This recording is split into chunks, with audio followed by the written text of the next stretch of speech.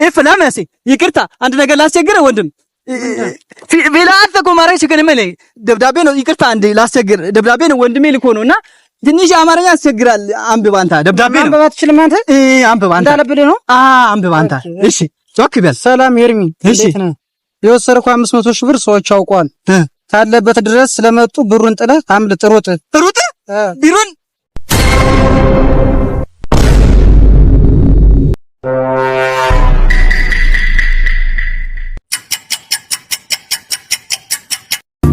This man, I don't want peace. I want problems always.